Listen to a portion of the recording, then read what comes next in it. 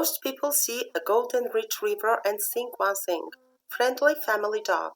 But that golden coat is hiding a working dog built for a very specific job, and the way it was designed to do that job is surprisingly clever. So how did one of the world's most recognizable dogs go from a hunter's tool to one of the most beloved companions on earth? Let's go back to where it all started. The Golden Retriever was developed in Scotland during the 19th century, when wealthy landowners wanted a specialized dog for hunting. But they didn't simply need a dog that could find game.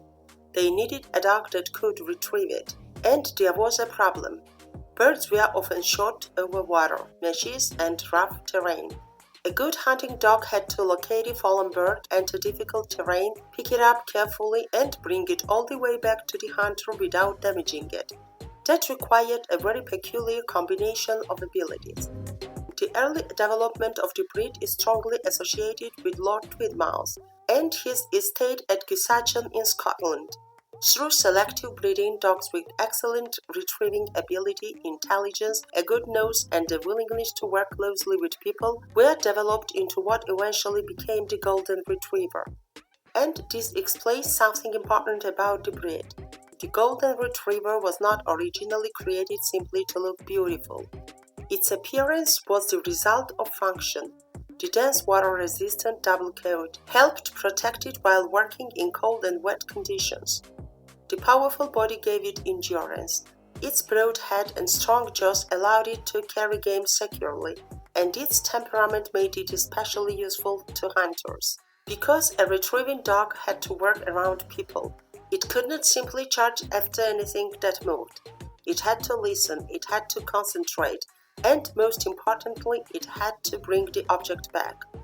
This is where the Golden Retriever's famous soft mouth became important. A well-trained retriever was expected to carry birds without excessively damaging them. That ability to pick something up and carry it gently is one of the breed's most distinctive working traits. But how does a Golden Retriever actually work? Imagine a hunter has fired at a bird and it disappears somewhere beyond the dog's immediate view. The dog may have to wait. It watches the hunter, it listens, it uses its nose, and once given the command, it searches.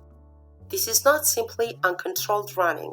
A trained retriever can use scent, memory, terrain, and human direction to locate the fallen bird. Then comes the part the breed was specially designed for: the retrieve. The dog picks up the bird and returns to the handler. And that desire to cooperate with humans is one of the biggest reasons Golden Retrievers became so successful. They were not bred to work independently of people. They were bred to work with them. Today, of course, most Golden Retrievers are not walking through Scottish estates looking for game, but the original working instincts have not simply disappeared. Their intelligence, trainability, retrieving drive, excellent sense of smell, and social nature have allowed them to succeed in many modern roles.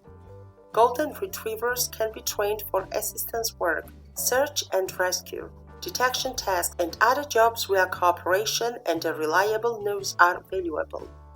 And then there is their temperament. Golden Retrievers are generally known for being friendly, social, intelligent, and eager to cooperate.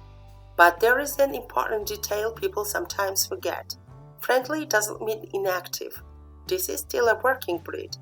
A Golden Retriever usually needs physical activity, mental stimulation, interaction, and training.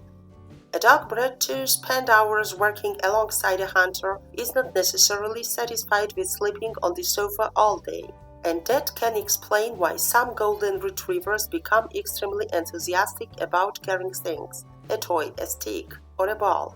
Sometimes something that definitely was not meant to become a dog toy. That retrieving instinct can be incredibly strong. And here is another interesting fact. The famous golden coat is not actually one single color. Golden Retrievers can range from very pale cream to deep golden shades. And although the breed's coat looks soft and glamorous, it was originally practical equipment. That dense double coat helps protect the dog from cold weather and water while working. So when you look at a Golden Retriever today, You're not just looking at a friendly-looking companion. You're looking at the result of generations of selective breeding for a very specific purpose. A dog that could find, a dog that could retrieve, a dog that could carry, a dog that could remember, and a dog that could work closely with a human partner. That may be the biggest secret behind the Golden Retriever's success. Its greatest strength was never just its appearance. It was its ability to understand what the human wanted, and then go out and do the job. And perhaps that's why the Golden Retriever made such an extraordinary transition from Scottish hunting fields to homes all around the world.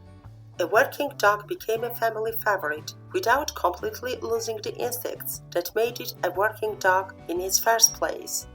If you enjoyed this video, subscribe to the channel, hit the bell icon, and stay with us for more fascinating stories about dogs and their original purpose. Bye for now, and see you in the next video.